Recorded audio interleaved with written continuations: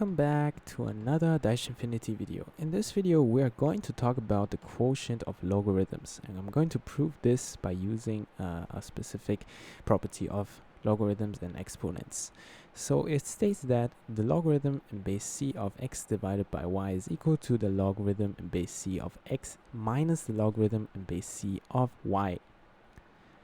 Now we can write this thing again. It just states that is the difference of the two logarithms. Now the cool thing about it, we can take the base c on both sides because we have a base c over here on all logarithms. And now we see that the c and the logarithm of c will cancel out on both sides, which would mean on the left side we will have x divided by y is equal to c to the logarithm of c of x minus the logarithm of c of y.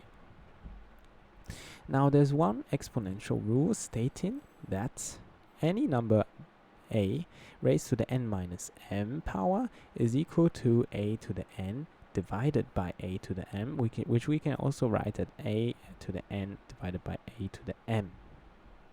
Since we have this rule, we can apply this rule for this logarithm of c.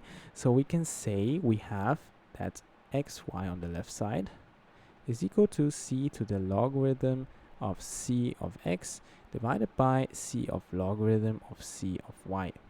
Now, as you see, the c and the c and the c and the logarithm of c both cancel out, which would give us x divided by y.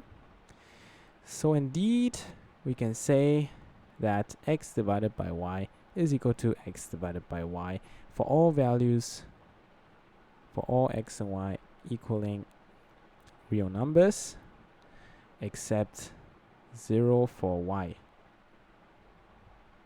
So even in the logarithm, if you would type in 0 for y, it would not work. So for y and x, because the x is also inside the logarithm. I hope you guys liked the video. Please like and subscribe. I hope in the next video you will continue watching this kind of videos. See you in the next video.